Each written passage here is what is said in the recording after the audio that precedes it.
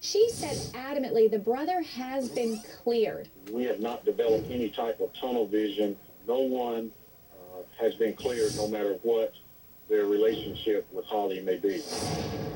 And we're back talking about the disappearance of Holly Bobo. It will be 1 week tomorrow morning that she went missing. A candlelight vigil has been moved inside. It continues in her hometown in Tennessee as townspeople have come together to pray for her safe return and learn the latest that they can on the investigation.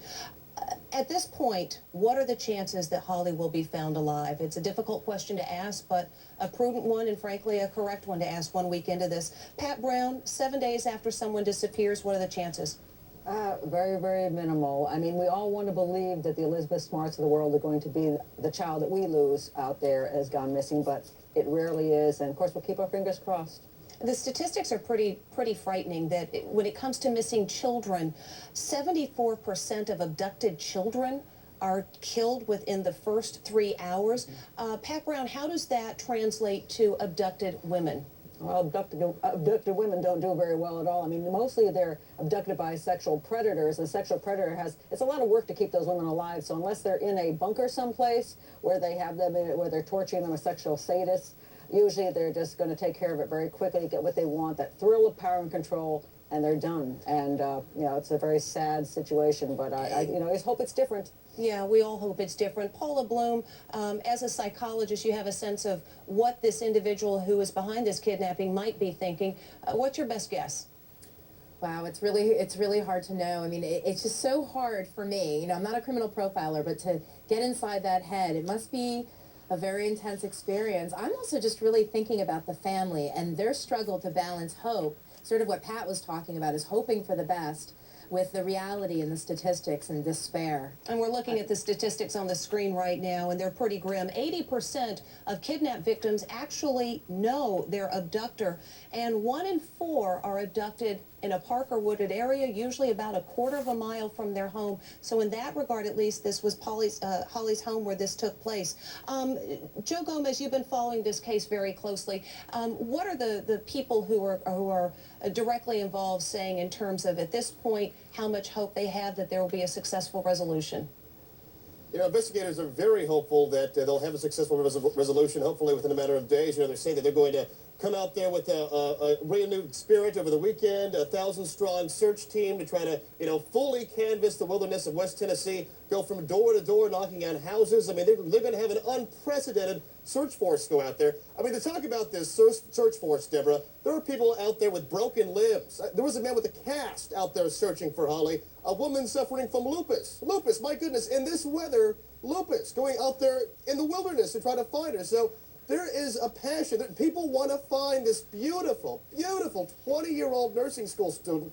They want to find her, and they want to get her back alive, Deborah. And they want justice for whoever's behind this. Paul Henderson, the boyfriend is someone that I suspect is of interest to police, whether or not he's involved at all. Isn't it second nature that he should be questioned? Who else should police be looking at? Well, automatically, the police are going to talk to the people that are around her to see if her family, her friends, her social relationships have had anything to do with the disappearance. So they'll want to know and be asking questions. Did anyone have any beef with her?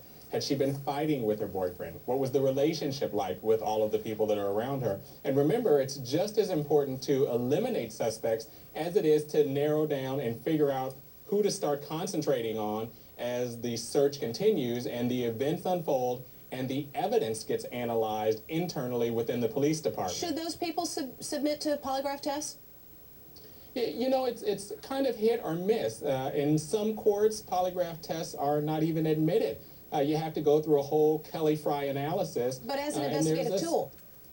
As an investigative tool, it's not necessarily helpful because someone can tell you the truth, but a narrow version of the truth, or not the entirety of the truth. So say, for instance, a suspect says, yes, I went over there and I talked to her, and that's the end of the story, but they don't tell you after they talked to her what they did that may have contributed either to their disappearance or to their death. It's kind of hard to gauge whether or not having information from a polygraph is going to move the investigation along or reveal an actual truth about the missing person. Let's go to the phones. Joanne is online with us from North Carolina. Oh, Joanne, we lost you. Shannon from New York, though, is with us. Hi, Shannon. What's your question?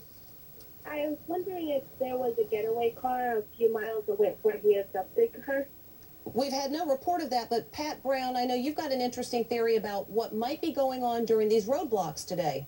Well, I mean, they could be looking for a tire. If they had tire marks, they could be looking at the tires. That would be something that would be very useful in the investigation. But one of the things we haven't really had is a good map. At least I haven't seen one showing whether you can bring somebody into the woods and then there's an exit out to a car, because the brother has not said he ever heard a car. And if, you know, he's in the house, unless he's in the shower and can't hear anything, has loud music on, and he looks out and he sees that supposed boyfriend out there, you would think he would say, well, I don't even remember hearing him drive up. That's kind of odd.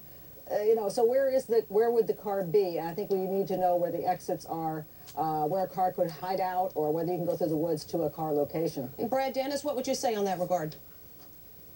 That should be the very first place that the investigators and search managers looked at from the beginning days, was what was the egress routes away from that home, through those woods, where was the vehicle accessibility points, and check those areas out for tire impressions.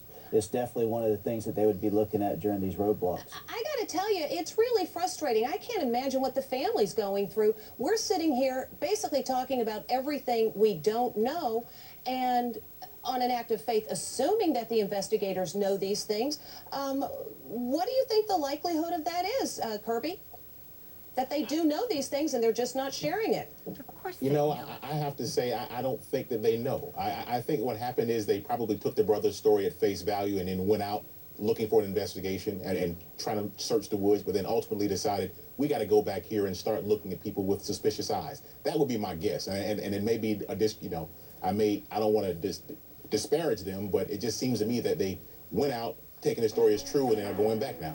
Pat, in just a couple seconds we've got left, would you agree with that before we go to break?